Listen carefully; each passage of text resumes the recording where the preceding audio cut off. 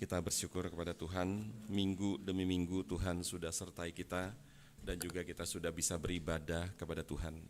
Saudara, beribadah kepada Tuhan itu bukan karena Tuhan butuh kita.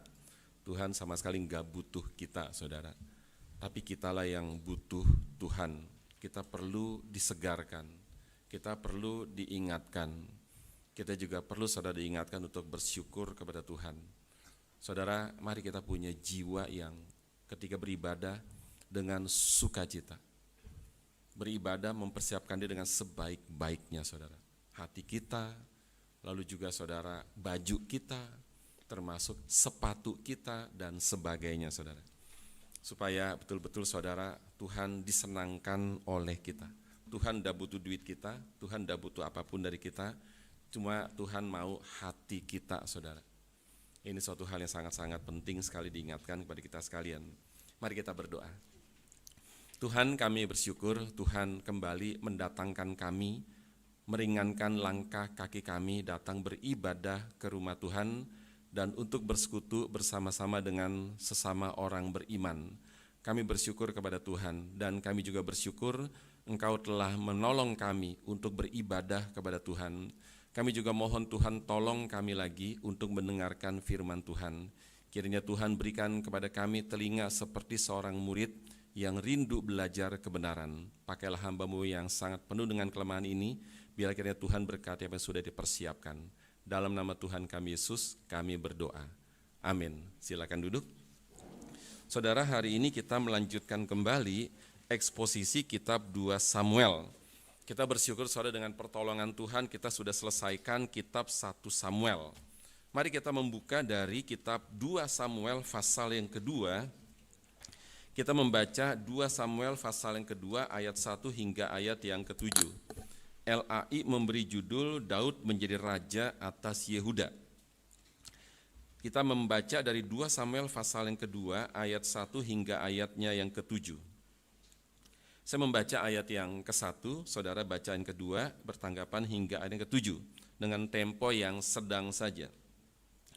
Kemudian bertanyalah Daud kepada Tuhan, katanya, apakah aku harus pergi ke salah satu kota di Yehuda?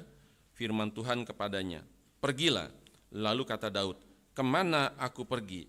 Firman-Nya, ke Hebron. Lalu pergilah Daud ke sana dengan kedua istrinya, Ahinoam, perempuan Yisrael, dan Abigail, bekas istri Nabal, orang Karmel itu. Juga Daud membawa serta orang-orangnya yang mengiringinya masing-masing dengan rumah tangganya, dan menetaplah mereka di kota-kota Hebron. Kemudian datanglah orang-orang Yehuda, lalu mengurapi Daud di sana menjadi raja atas kaum Yehuda. Ketika kepada Daud diberitahukan bahwa orang-orang Yabes Gilead menguburkan Saul. Maka Daud mengirim orang kepada orang-orang Yabes Gilead dengan pesan, diberkatilah kamu oleh Tuhan, karena kamu telah menunjukkan kasih-Mu kepada Tuanmu, Saul dengan menguburkannya. Oleh sebab itu, Tuhan kiranya menunjukkan kasih dan setianya kepadamu. Aku pun akan berbuat kebaikan yang sama kepadamu, karena kamu telah melakukan hal yang demikian. Kuatkanlah hatimu sekarang dan jadilah orang-orang yang gagah perkasa. Sekalipun tuanmu Saul sudah mati dan aku telah diurapi oleh kaum Yehuda menjadi raja atas mereka. Demikian pembacaan firman Tuhan. Saudara, pada bagian ini mencatat tentang Daud diangkat menjadi raja atas Yehuda. Saudara, lalu apa yang dilakukan oleh Daud sebelum dia diangkat menjadi raja? Maksudnya adalah Raja Yehuda. Lalu kemudian saudara, apa yang dilakukan oleh Daud sesudah dia diangkat menjadi raja atas Yehuda? Dan kemudian apa yang akan kita pelajari dari bagian ini, saudara? Saudara, kita perlu mundur sedikit sebelum melanjutkan bagian ini. Supaya apa, saudara? Supaya kita mempunyai gambaran besar tentang kitab ini. Dan supaya saudara, waktu membahas hal yang detail-detail, kita bisa lebih mudah mengerti, saudara. Saudara, kitab 1 dan 2 Samuel adalah kitab yang mencatat sejarah bangsa Israel. Saudara, kitab yang mencatat sejarah bangsa Israel dimulai dari kitab Yosua sampai kitab Ester, saudara. Jadi dari Yosua sampai Ester itu mencatat tentang sejarah bangsa Israel.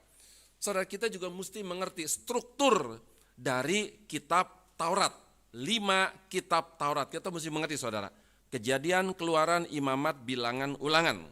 Saudara, Kejadian itu adalah mencatat tentang awal mula penciptaan oleh Tuhan. Kalau di dalam kitab Ibrani, judulnya bukan Kejadian atau Genesis, tetapi adalah kitab pada mulanya, saudara. Pada mulanya apa? Pada mulanya ada ciptaan.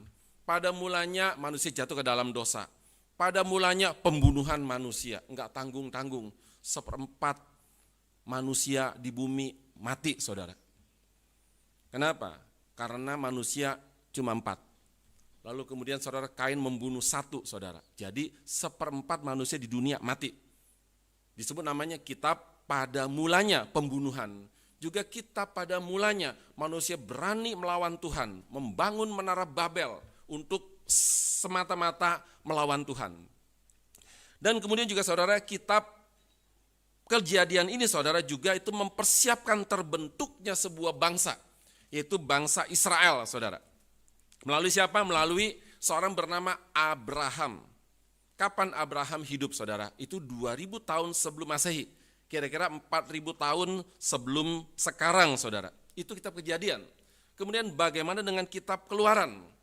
Kitab Keluaran mencatat tentang bangsa Mesir yang menjajah bangsa Israel, dan kemudian saudara, akhirnya bangsa Israel kemudian dilepaskan oleh Musa keluar dari Mesir, saudara. Dan kemudian saudara, Imamat, kitab ketiga, itu mencatat tentang tata cara ibadah bangsa Israel. Dan kemudian kitab keempat, kitab Bilangan, mencatat tentang sensus suku Israel itu di padang gurun. Saudara, sensus itu dicatat tidak sering di dalam Alkitab. Dicatat paling saudara dalam kitab Bilangan, mencatat sensus bangsa Israel. Supaya apa? Berperang melawan bangsa-bangsa lain. Sebelum mereka masuk ke tanah Kanaan, mereka mesti disensus. Wah, suku Naftali ada berapa banyak? Suku Yehuda berapa banyak? Disensus, saudara. Dan juga sensus yang kedua terjadi ketika Daud itu mensensus tentaranya. Nah, di sini Tuhan marah luar biasa.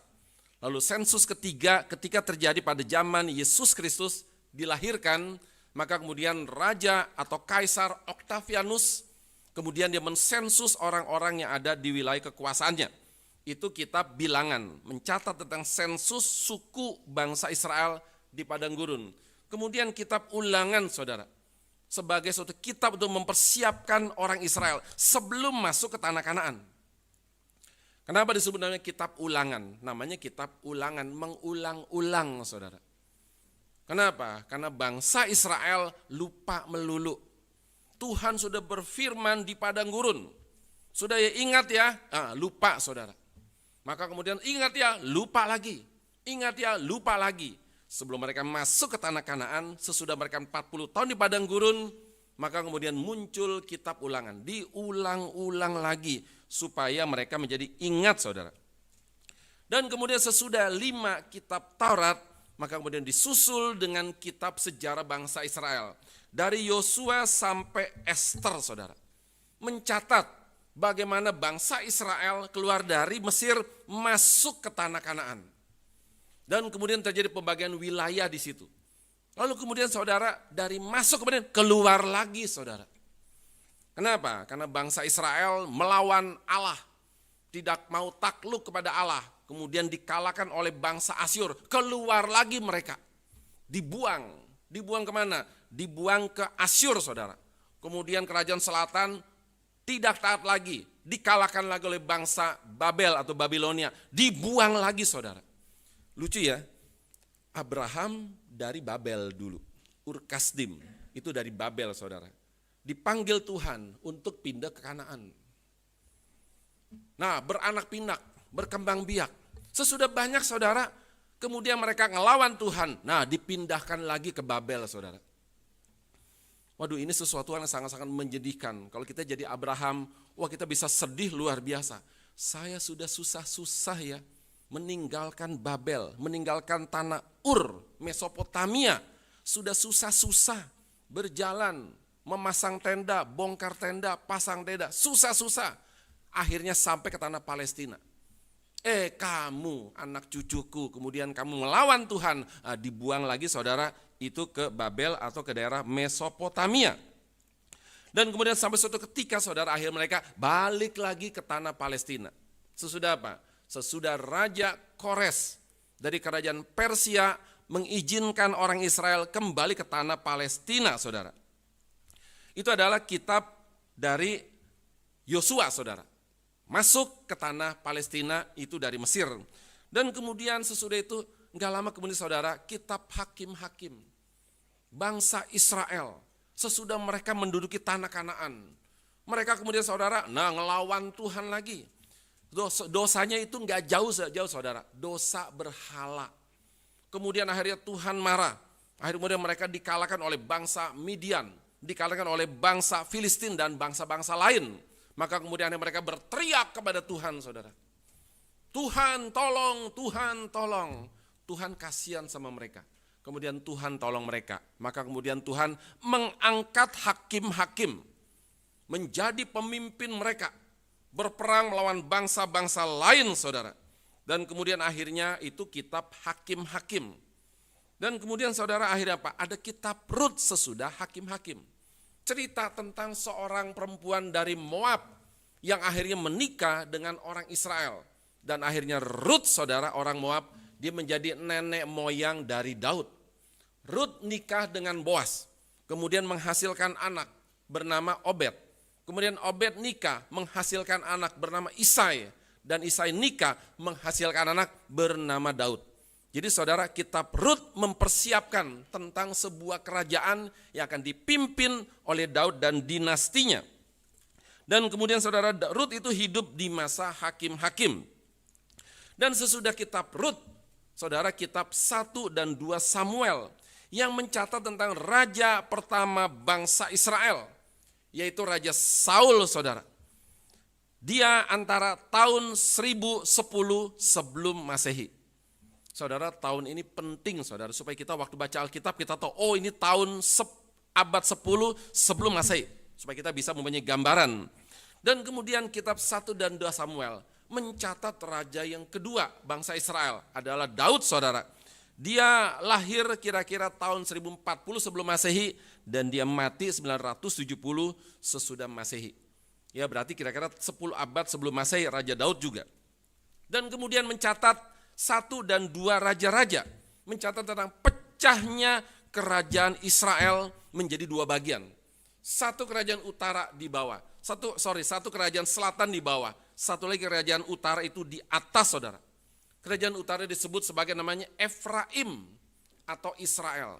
Saudara, kalau membaca dalam Alkitab ada kata-kata Efraim, itu sama dengan Israel, juga sama dengan utara. Dan kemudian kerajaan selatan disebut sebagai namanya kerajaan Yehuda, saudara. Dan kemudian saudara, kerajaan 1 raja-raja, 2 raja-raja, kerajaan menjadi pecah. Daud susah payah mempersatukan 2 kerajaan.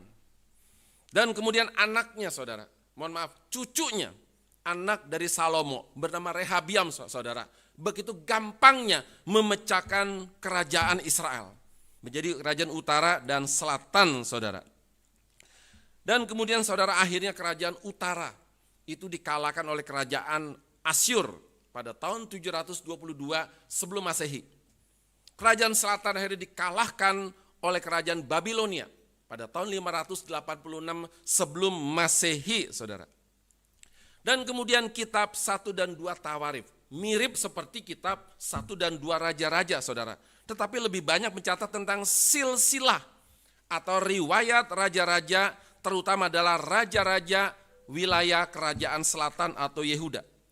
Sesudah 1 dan 2 Tawarikh mencatat tentang kitab Esra, saudara, yang mencatat kepulangan bangsa Israel dari tanah Media Persia.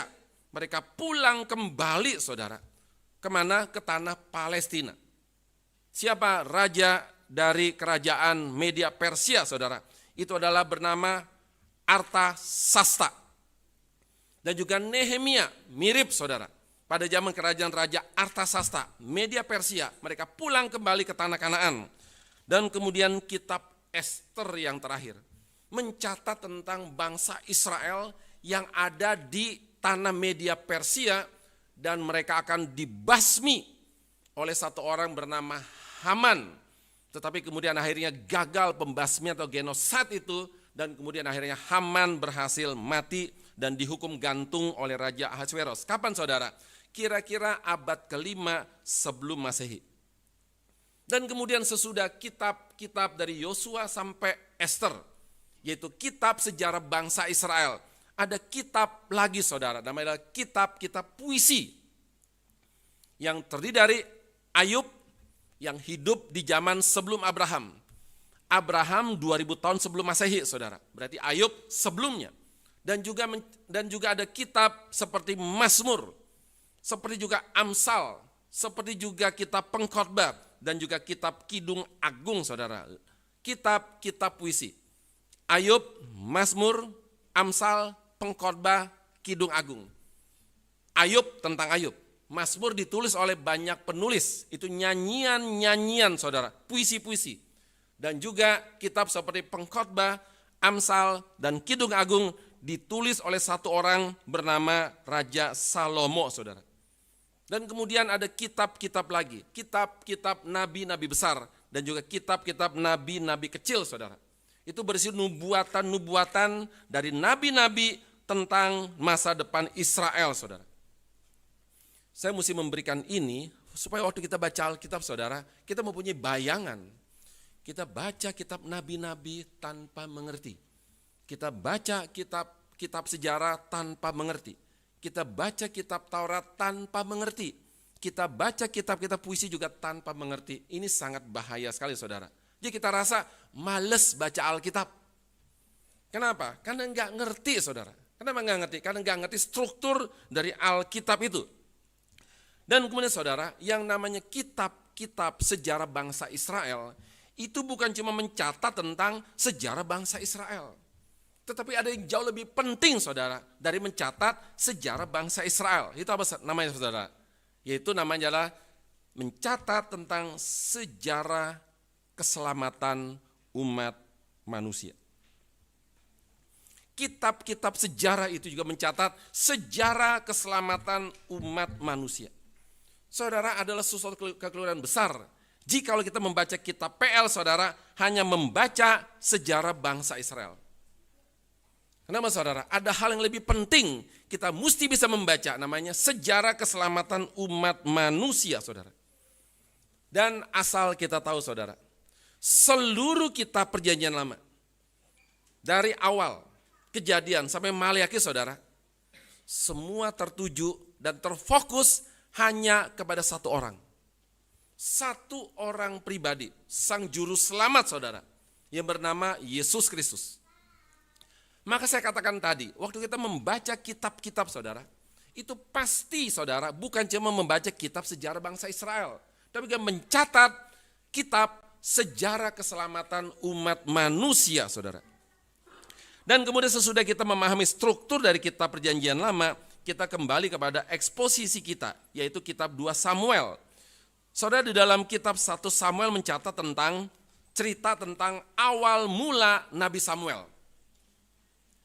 Dan juga saudara mencatat tentang cerita bangsa Israel, kitab 1 Samuel, yang menuntut, yang meminta seorang raja saudara.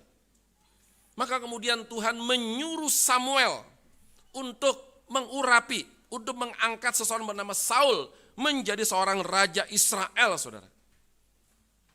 Kitab 1 Samuel mencatat, Saul pada awalnya baiknya luar biasa, saudara.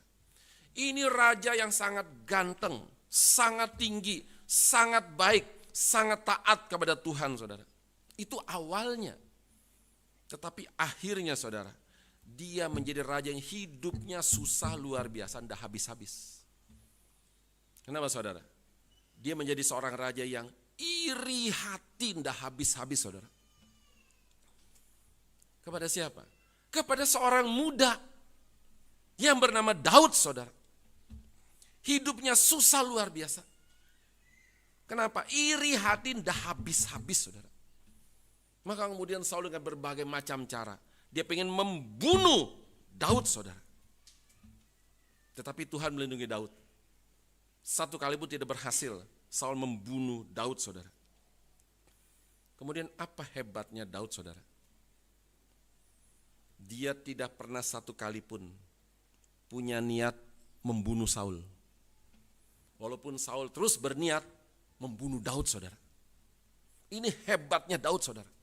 Ada kesempatan besar untuk bunuh Saul, tinggal bunuh, tancap dengan tombak, mati saudara musuhnya. Tapi Daud, saudara, tidak pernah punya satu kali pun niat untuk membunuh Saul, saudara. Yang kedua, saudara, di mana hebatnya Daud? Dia tidak pernah satu kali pun, saudara, dia punya niat untuk membenci Saul, saudara. Kenapa? Karena Daud punya konsep. Saul adalah orang yang diurapi oleh Tuhan, saudara. Dia tidak berani sentuh Saul, saudara. Dia sangat menghormati Saul. Karena dia punya konsep. Saul adalah orang yang diurapi Tuhan. Saya tidak boleh bunuh dia. Bahkan saya tidak boleh membenci dia, saudara. Dan kemudian kitab 1 Samuel mencatat. Saul kemudian akhirnya, saudara, dia kalah dalam peperangan melawan bangsa Filistin. Kemudian dia mati, saudara. Bunuh diri. Sesudah dia minta kepada pembawa senjatanya. Saya sudah payah, saya sudah pasti kalah. Sekarang silakan bunuh saya dengan pedangmu. Pembawa senjata tidak berani, saudara. Tidak berani. Tidak mungkin aku lakukan itu. Tidak apa-apa, bunuh saya. Tidak mau, saudara. Apa yang Saul lakukan? Kemudian dia menjatuhkan diri, saudara. Dan kemudian tertancap pada sebuah pedang, saudara. Dan kemudian dia mati, saudara. Saudara, itu adalah ringkasan kitab 1 Samuel. Lalu saudara, kitab 2 Samuel pasal 1 itu dibagi menjadi dua bagian. Pertama, saudara, Daud menerima kabar kematian Saul dari seorang tentara Saul. Yang bagian kedua, Daud meratap atas kematian Saul dan Yonatan, saudara.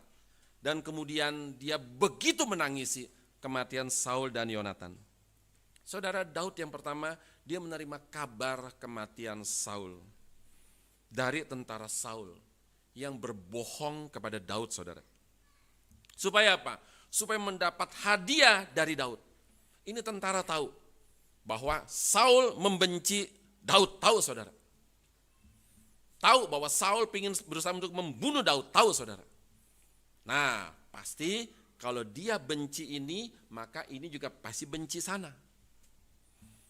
Kalau ini benci sana dan kemudian dia mati, yang ini pasti senang, saudara.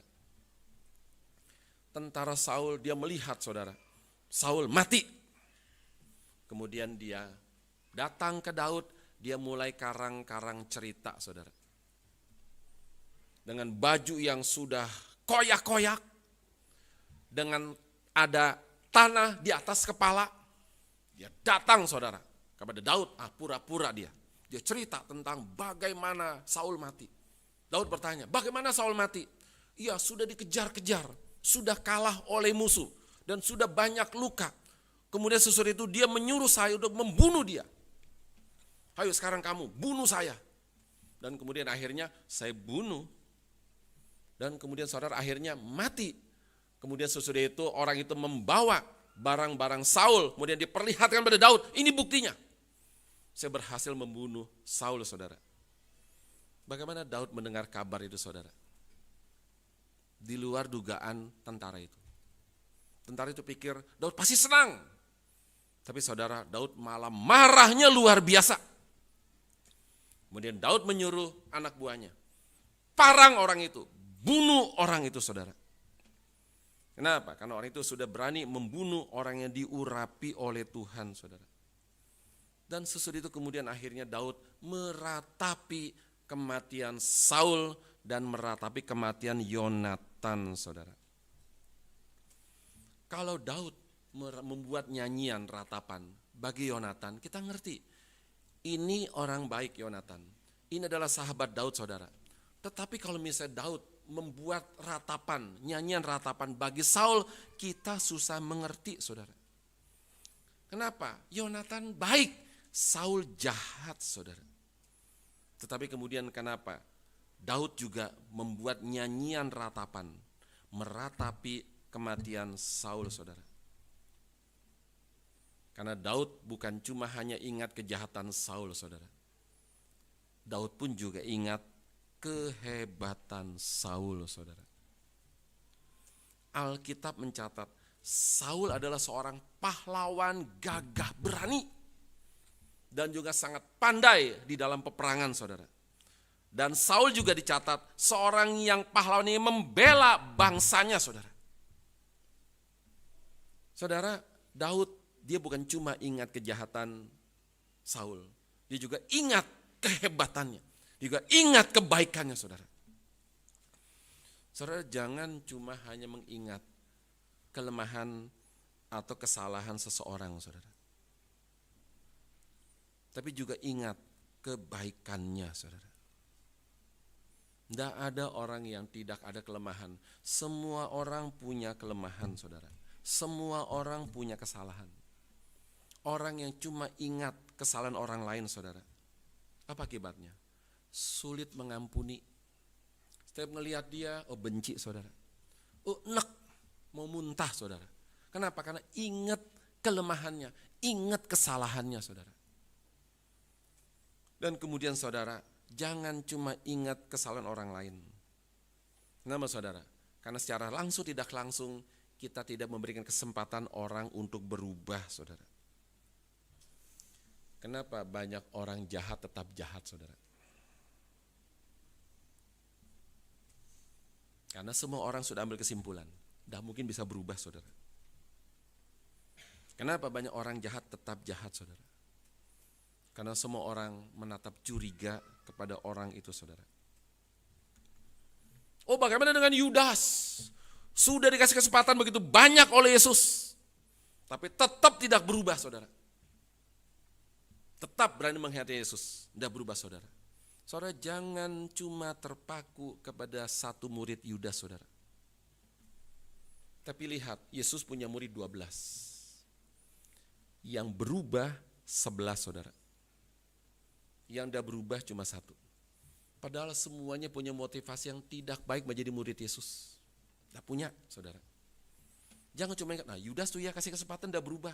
Jangan cuma ingat Yudas, saudara. Ingat 11 yang lain berubah, saudara. Kita kalau berpikir, saudara, jangan cuma pikir dari satu sisi, saudara. Coba pikir sisi yang lain. 11 murid, kacau-kacau semua, saudara. Ikut Yesus buat apa? Buat jabatan. Ikut Yesus buat apa? Buat mendapatkan begitu banyak keuntungan, saudara. Semua brengsek. Semua kacau-kacau, saudara. Termasuk Petrus, Yohanes, Yakobus, Filipus, Bartolomeus, Matius, semuanya kacau-kacau, saudara. Tapi kemudian Yesus terus kasih kesempatan, saudara. Waktu kacau, ditegur oleh Yesus, diubah oleh Yesus. Ketika Tuhan Yesus hendak berjalan melewati daerah Samaria. Lalu kemudian minta izin dulu sama orang Samaria. Utus muridnya, saudara. Kemudian mereka balik lagi. Bagaimana boleh lewat? Tidak boleh. Kenapa? Kita musuhan sama kamu. Kamu orang Yehuda, kami orang Samaria. Kita musuhan. Tidak boleh lewat daerah kami. Saudara, apa respon dari dua murid Yesus? Yakobus dan Yohanes, saudara. Mereka langsung respon. Tuhan, boleh nggak? Kita minta api dari langit, bunuh mereka semua, saudara. Mereka mengingat bagaimana dulu Nabi Elia, bagaimana dia melawan musuh-musuhnya. Dia minta api dari langit, bunuh mereka semua, saudara. Maka mereka disebut sebagai namanya anak guru. Emosian. Orang tolak, bunuh, saudara. Kemudian Yesus menegur mereka, saudara. Dan kita tahu, saudara, Yohanes, si anak guru yang meledak-ledak, enggak boleh disentuh, saudara. Akhirnya dicatat menjadi seorang rasul yang penuh dengan kasih, saudara. Dan juga murid-murid Yesus yang lain berani mati demi Yesus, saudara. Maka saudara, dari 12 murid, jangan cuma fokus kepada satu murid bernama Yudas, tapi lihat 11 murid yang lain. Yesus kasih kesempatan terus sama mereka. Dan pelan-pelan mereka berubah, saudara. Dan kemudian di dalam pasal yang kedua dari kitab 2 Samuel ini saudara, sesudah Daud meratap, menyanyikan ratapan buat Yonatan dan buat Saul, sesudah selesai saudara, maka kemudian dicatat Daud bertanya kepada Tuhan, apakah aku harus pergi ke salah satu kota di Yehuda, saudara? Waktu Daud bertanya kepada Tuhan, posisi Daud di mana, saudara? Posisi Daud sedang ada di kota Siklak, saudara. Siklak bukan kota sembarangan, tapi kota yang sangat penting bagi Daud, saudara. Di mana pentingnya? Siklak. Di Siklak itulah saudara, Daud mengirim hasil jarahan perang kepada kota-kota lain, membantu kota-kota lain.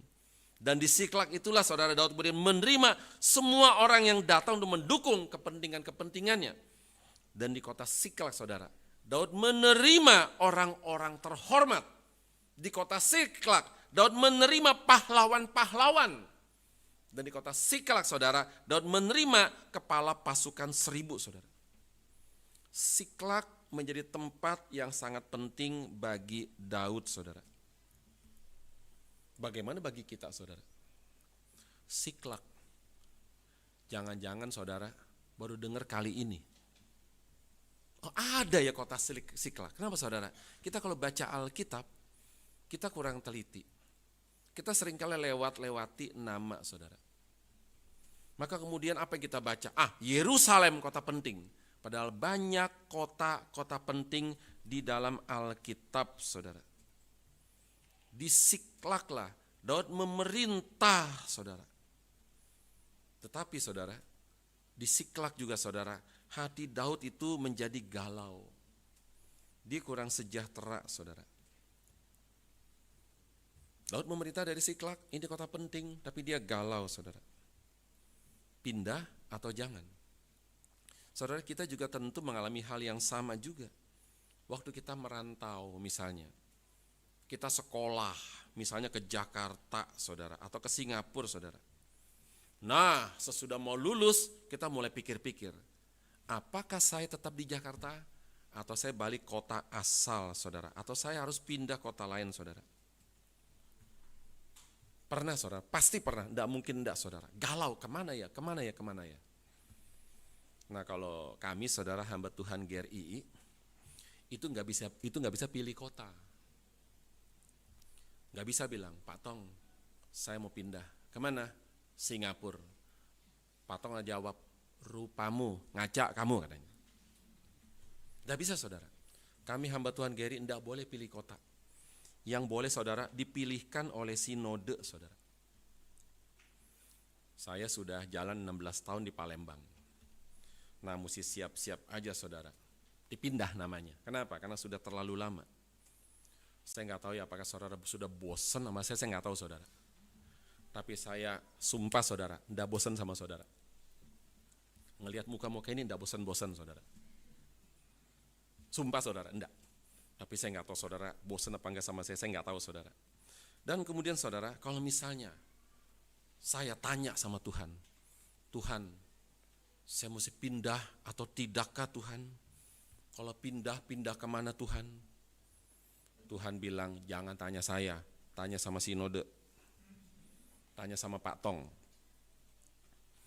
Oke, saya tanya sama sinode. Waktu saya tanya sama sinode saudara akan jawab, terlalu GR kamu. Nanya. Sudah tenang aja, pokoknya pindah atau tidak pindah saudara. Dan kemudian saudara di Siklak itulah saudara, hati Daud itu sangat galau luar biasa. Kenapa? Kita tidak tahu. Kita cuma bisa tebak-tebak saudara. Kenapa Daud itu mau pindah dari Siklak? Mungkin saudara karena letaknya itu kurang strategis, mungkin. Dan juga saudara mungkin sangat berbahaya. Kenapa kurang strategis? Karena itu ada di sebelah selatan Yehuda. Itu dekat dengan perbatasan Edom, musuhnya bangsa Israel saudara. Jadi mungkin karena kurang strategis. Ada juga mungkin karena sangat bahaya sekali saudara. Daud berpikir, saya dipanggil menjadi seorang raja. Dan menjadi seorang raja pasti punya tanggung jawab sangat besar sekali saudara. Maka dia pikir, sepertinya saya tidak boleh tinggal di Siklak terus, saudara. Maka kemudian akhirnya apa? Dia di dalam kegalauan hatinya, dia bertanya kepada Tuhan. Nah, jadi pertanyaan buat kita, saudara, bagaimana cara bertanyanya? Apakah malam-malam dia bilang, Tuhan, saya mesti pindah atau tidak? Kemana Tuhan? Apakah seperti itu, saudara? Oh, enggak.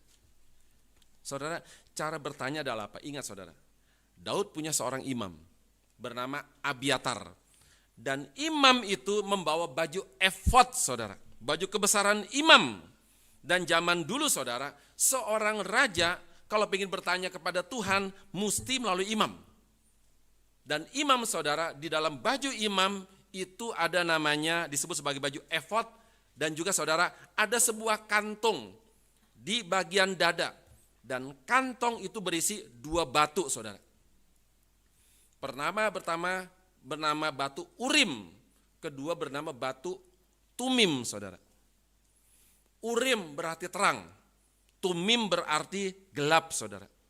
Dan kemudian kalau waktu mereka bertanya, maka kemudian imam, saudara, akan keluarkan 2 batu ceper itu. Bagian terang namanya Urim, bagian gelap namanya Tumim, saudara. Dan pada waktu dilempar kedua batu itu, kalau misalnya terang dua-duanya, saudara, nah berarti jawaban Tuhan oke. Kalau ternyata gelap dua-duanya, jawaban Tuhan oke, tidak, saudara. Kalau satu terang satu gelap, berarti Tuhan tidak mau menjawab, saudara. Dan kemudian Daud bertanya kepada Tuhan melalui imam, dan kemudian melalui batu Urim dan batu Tumim, saudara. Dia bertanya, apakah saya pergi dari Siklak atau tidak? Kemudian dilempar 2 batu. Dua-duanya terang, saudara, putih. Kata Tuhan berarti pergi, pindah dari Siklak. Dan kemudian Daud bertanya lagi, saudara, kemana? Hebronkah? Dilempar lagi 2 batu, saudara. Oh, dua-duanya Urim, terang. Berarti kamu harus pindah ke Hebron. Itu cara bertanya orang zaman dulu, saudara. Mirip-mirip seperti kelenteng, ya. Namanya ciamsi, saudara. Apalagi kalau menjelang Imlek, saudara. Oh, kelenteng rame. Mulai ada banyak kayu-kayu, saudara. Masukkan ke dalam sebuah tempat. Wah, ada tulisan-tulisan, saudara. Saya sih nggak bisa baca. Lalu kemudian mulai dikocok-kocok. Wah, begitu keluar, cok. Wah, tahun ini kamu hoki. Wah, senang, saudara. Begitu keluar, tahun ini kamu keki. Wah, kesal, saudara.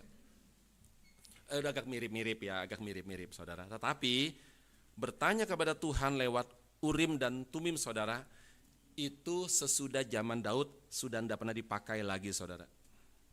Tidak pernah dipakai lagi. Itu cuma pada zaman Daud saja, saudara. Ya, sampai kepada zaman Daud saja, saudara. Dan kemudian akhirnya Daud bertanya, kemana? Ke Hebron kah?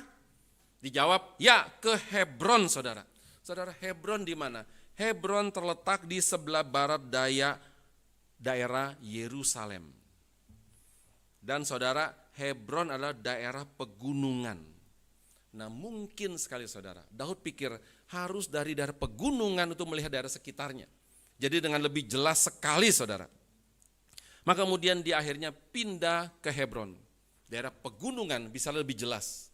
Dan kemudian dia membawa istrinya Ahinoam, membawa istrinya Abigail, dan juga membawa orang-orangnya, saudara.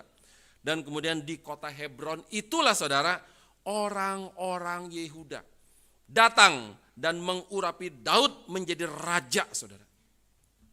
Pertanyaannya, mengapa orang-orang itu dari Yehuda, saudara, mau mengurapi Daud menjadi raja? Dan saudara, itu di Hebron, bukan di Siklak, saudara. Saudara, kita harus ingat, saudara, Hebron adalah kota sangat bersejarah. Karena nenek moyang mereka itu dikuburkan di Hebron, saudara. Siapa nenek moyang mereka? Disebut sebagai namanya patriark, sebagai bapak-bapak leluhur. Abraham dan Sarah dikubur di Hebron.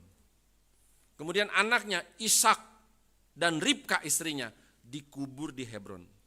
Dan juga cucunya Yakub dan Lea saudara juga dikubur di Hebron. Saudara, Abraham ketika Sarah istrinya mati, dia membeli sebuah tanah, namanya adalah Goa Makpela. Coba kita buka ya di dalam Kejadian pasal 49 ayat ke-31.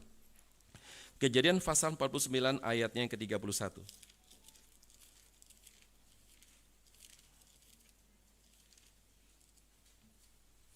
Kita membaca Kejadian pasal 49 ayatnya yang ke-31. Sesudah menemukan kita membaca bersama-sama. Saya membaca ayat 29-30, jemaat sekalian membaca ayat ke-31. Kemudian berpesanlah Yakub kepada mereka, apabila aku nanti dikumpulkan kepada kaum leluhurku, kuburkanlah aku di sisi nenek moyangku dalam goa yang di ladang Efron orang Het itu, dalam goa yang di ladang Makpela di sebelah timur Mamre di tanah Kanaan, ladang yang telah dibeli Abraham dari Efron orang Het itu untuk menjadi kuburan milik. Bersama-sama 2, 3. Disitulah dikuburkan Abraham beserta Sarah istrinya. Disitulah dikuburkan Ishak beserta Ribka istrinya. 32. Dan disitulah juga dikuburkan Lea, ladang dengan gua yang ada di sana telah dibeli dari orang Het. Saudara, Makpela itu ada di Hebron, saudara. Maka kemudian ketika Daud sesudah dia bertanya kepada Tuhan, pindah ke Hebron, saudara. Maka kemudian orang-orang dari tanah Yehuda, mereka datang kepada Daud, kemudian mereka mengurapi Daud menjadi raja, saudara. Harus di mana? Harus di kota yang paling penting, saudara. Bersyukur ya, Daud itu sangat pekanya luar biasa, saudara. Saya percaya, waktu dia pindah ke Hebron, dia nggak punya motivasi supaya diurapi jadi raja, enggak, saudara. Dia cuma berpikir, mungkin saya nggak cocok di Siklak, kurang strategis. Mungkin lebih cocok di Hebron, karena daerah pegunungan saya bisa melihat ke bawah, saudara. Tapi siapa sangka orang-orang Yehuda melihat, nah Daud sudah pindah ke kota yang paling penting. Kota di mana nenek moyang kita, leluhur kita, Abraham istrinya, Ishak istrinya, Yakub istrinya, itu dikuburkan itu di kota Hebron, saudara. Dan kemudian akhirnya saudara, mereka mengurapi Daud menjadi raja. Tetapi saudara, tidak ujuk-ujuk diurapi menjadi raja, enggak, saudara. Mereka sudah melihat bagaimana perjuangan Daud. Berani melawan musuh-musuh Israel, melawan orang Filistin, berani hajar, saudara. Mereka sudah melihat Daud, saudara. Ini orang yang betul-betul sangat berani luar biasa. Oke, kita urapi dia menjadi raja, saudara. Juga mirip seperti Soekarno-Hatta, saudara. Enggak ujuk-ujuk dilantik jadi presiden, enggak, saudara. Orang sudah melihat orang ini. Orang yang sudah berjuang bagi negara Indonesia, saudara. Bersedia diasingkan. Wah, ke Bengkulu, kemana-mana diasingkan, saudara. Kenapa? Demi Indonesia. Berjuang mati-matian, saudara. Maka kemudian pada tanggal 17 Desember 1949, kemudian dia dilantik di Keraton Yogyakarta, saudara, menjadi seorang presiden. Tak lama kemudian Hatta dilantik menjadi seorang wakil presiden, saudara. Itu tidak ujuk-ujuk langsung, saudara. Sesudah apa? Sesudah melihat bagaimana perjuangan Soekarno-Hatta. Sama seperti orang melihat bagaimana perjuangan Daud, saudara, berani melawan musuh, saudara. Saudara yang diangkat menjadi seorang pengurus gereja, saudara, juga tidak ujuk-ujuk langsung diangkat, enggak, saudara. Tapi sudah dilihat bagaimana kiprah saudara di gereja. Sudah dilihat bagaimana pengorbanannya. Juga sudah dilihat, saudara, bagaimana kesetiaannya, saudara. Tidak ujuk-ujuk langsung diangkat, saudara. Maka orang yang berjabatan di gereja, saudara, itu adalah posisi jabatan yang sangat tinggi, saudara. Saudara diangkat menjadi pengurus, itu satu jabatan sangat tinggi, luar biasa, saudara. Maka saya mengajak, mari kita jaga sebaik-baiknya, saudara. Mari kita dengan penuh tanggung jawab memegang jabatan itu, saudara. Dan orang yang melayani, saudara, sebagai liturgos kah, sebagai pianis kah, sebagai song leader kah, saudara, itu tidak ujuk-ujuk, saudara.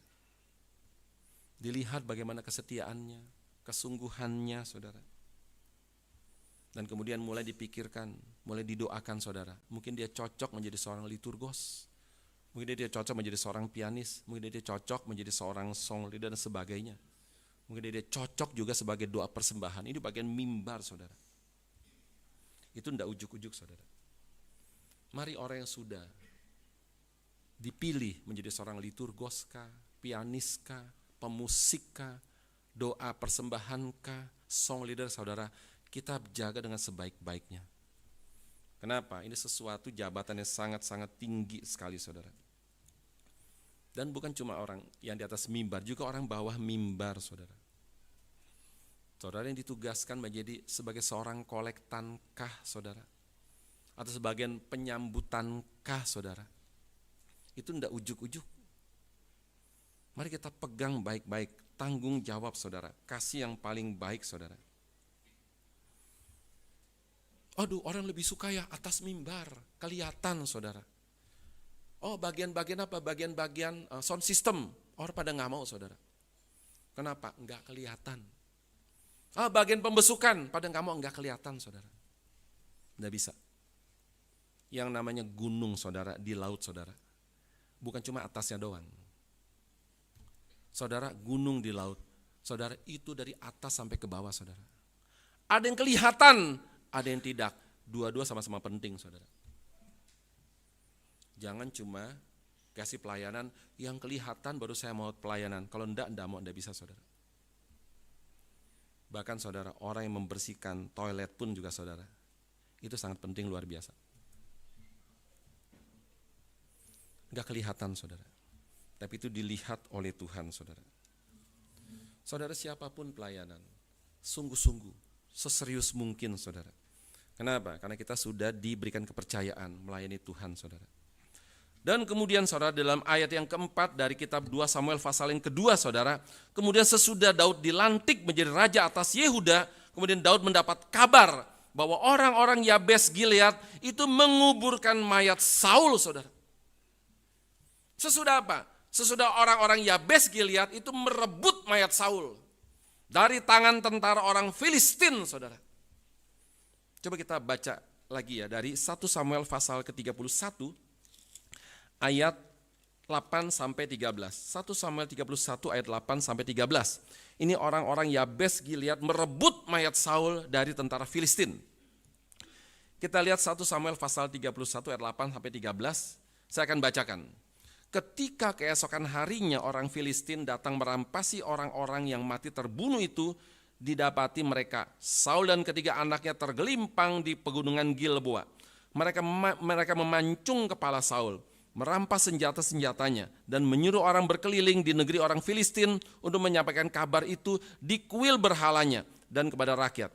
Kemudian mereka menaruh senjata-senjata Saul di kuil Asitoret, dan mayatnya dipakukan mereka di tembok kota Bet-Sean.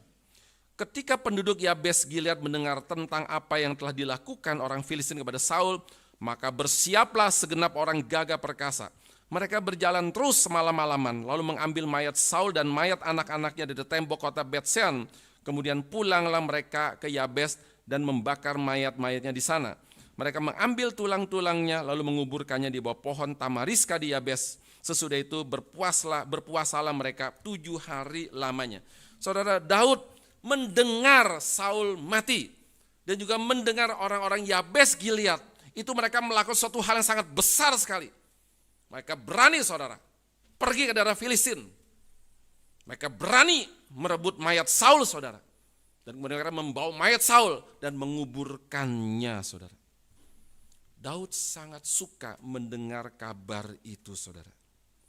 Kenapa? Karena orang-orang Yabes Gilead itu begitu menghormati Saul, saudara.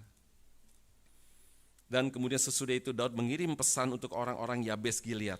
Kita membaca di dalam ayat yang ke-5 sampai 7 pasal kedua tadi. Ini kata Daud kepada orang-orang Yabes Gilead. Maka Daud mengirim orang kepada orang-orang Yabes Gilead dengan pesan, diberkatilah kamu oleh Tuhan, karena kamu telah menunjukkan kasih-Mu kepada Tuhanmu, Saul dengan menguburkannya. Oleh sebab itu Tuhan kiranya menunjukkan kasih dan setianya kepadamu. Aku pun akan berbuat kebaikan yang sama kepadamu, karena kamu telah melakukan hal yang demikian. Kuatkanlah hatimu sekarang, dan jadilah orang-orang yang gagah perkasa. Sekalipun tuanmu Saul sudah mati, dan aku telah diurapi oleh kaum Yehuda menjadi raja atas mereka. Saudara, Daud memberikan pesan kepada mereka, diberkatilah kamu, saudara. Karena kamu sudah begitu menghormati orang yang aku hormati. Walaupun orang itu begitu membenci Daud, saudara. Tak heran, saudara, orang-orang Yabes Gilead yang adalah pendukung Saul, begitu melihat sikap Daud seperti itu, saudara, kemudian akhirnya mereka menjadi pendukungnya Daud, saudara. Dan tak heran, saudara, mereka kemudian akhirnya mendukung Daud juga menjadi seorang raja. Kenapa? Mental. Kenapa? Karena hati, saudara, yang tidak membenci musuhnya, saudara. Maka kemudian orang-orang melihat, ini Daud orang yang bukan cuma berani, tapi berjiwa besar, saudara. Mirip seperti Abraham Lincoln, presiden ke-16 Amerika. Sebelum jadi presiden, kampanye, saudara. Dia punya lawan politiknya bernama Graham Stanton, Edwin Graham Stanton. Saudara, ini Graham Stanton waktu kampanye itu rasis dan menghina, saudara, body shaming. Dia kampanye bagaimana caranya?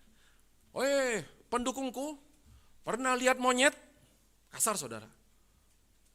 Kalau yang belum, enggak usah ke kebun binatang. Lalu lihat aja Abraham Lincoln. Ngamuk gak, saudara, Abraham Lincoln? Dia enggak marah loh, saudara.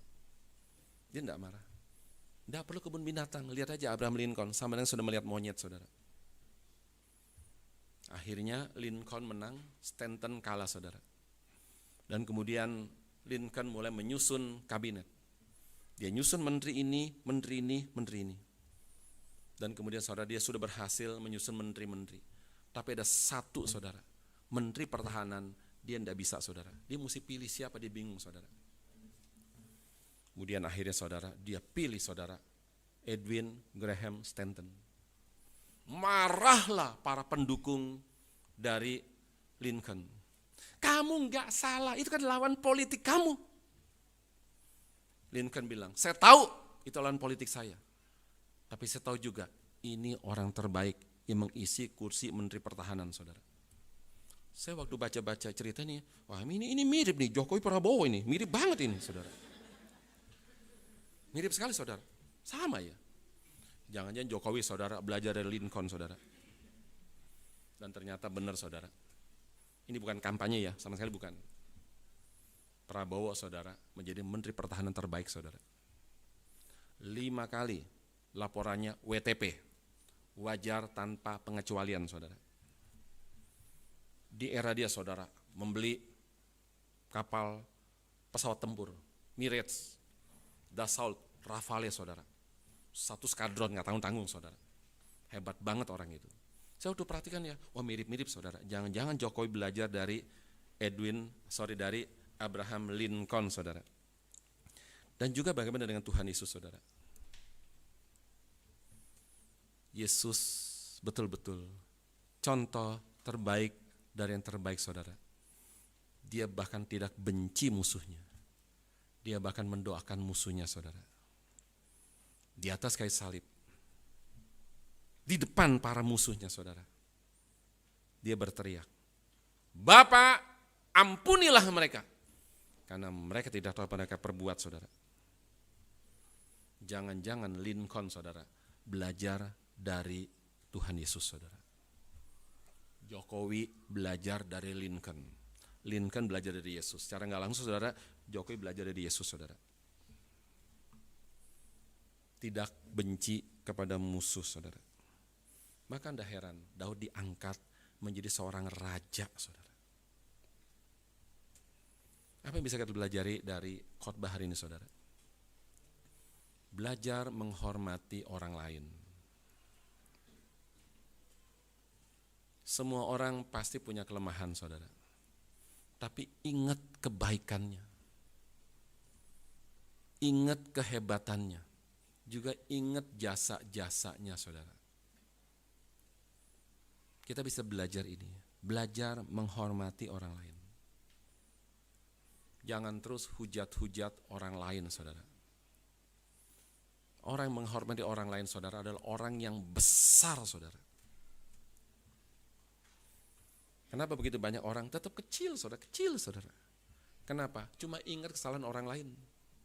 Nggak ingat kelebihan orang lain. Nggak ingat jasa orang lain, saudara. Jadi orang kecil, saudara. Nggak pernah selesai-selesai. Maka ada satu orang presiden Amerika berkata, orang besar itu menceritakan negara, saudara. Orang biasa, waktu ngobrol-ngobrol, menceritakan orang lain, saudara. Dan orang kecil waktu ngobrol membicarakan entah ngobrolin apa, saudara. Orang besar membicarakan negara, membicarakan program, saudara. Orang kecil membicarakan hal-hal yang nggak penting, saudara. Daud, saudara, dia lebih suka menghormati Saul daripada membenci Saul. Karena Daud tahu, saudara, Saul itu orang hebat. Dicatat Saul juga orang yang sangat ramah, saudara. Cuma dia sayangnya benci kepada Daud. Mari kita berdoa.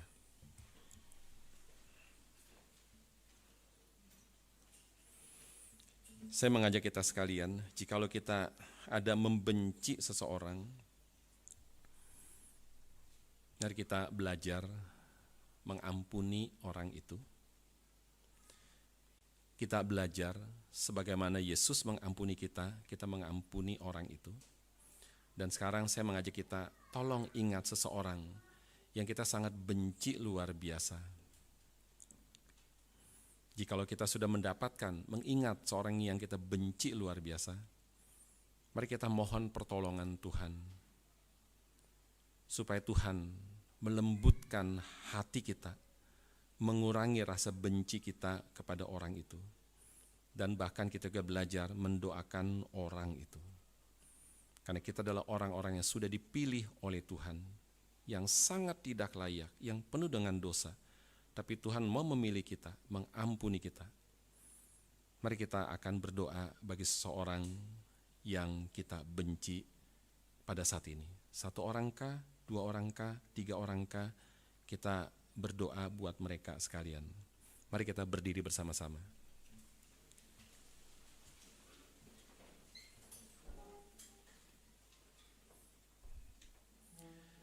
Mari kita dengan suara lembut, kita mohon ampun kepada Tuhan, dan juga dengan suara lembut kita mohon kekuatan dari Tuhan untuk tidak membenci orang-orang yang sudah melukai hati kita sekalian. Mari kita dengan suara lembut, kita berbicara kepada Tuhan. Bapa di dalam surga, kami pada saat ini ya Tuhan sudah mendengarkan Tuhan berbicara melalui khotbah pada hari ini. Kiranya Tuhan bukan cuma berbicara kepada telinga kami, tetapi juga berbicara sampai hati kami yang paling dalam. Kami ada punya rasa benci ya Tuhan dengan si A, si B, si C. Biarlah kiranya Tuhan sesudah mendengarkan khotbah pada hari ini, kami belajar seperti Daud, hamba-Mu ya Tuhan, yang Kau urapi menjadi seorang raja, tetapi dia tetap menghormati Saul, dia tetap meratapi Saul, dan dia tidak benci kepada Saul, bahkan dia mau mengampuni Saul ya Tuhan. Dan kiranya kami belajar dari dia, kiranya Tuhan juga tolong kami untuk tidak membenci terus-menerus orang-orang yang kami benci, tapi belajar mendoakan mereka ya Tuhan, belajar mengampuni mereka sekalian. Biarlah kiranya Tuhan Kau tolong kami yang susah mengampuni ini, supaya kami bisa mengampuni orang-orang yang kami benci. Kiranya Tuhan tolong kami. Dalam nama Tuhan kami Yesus kami berdoa. Amin.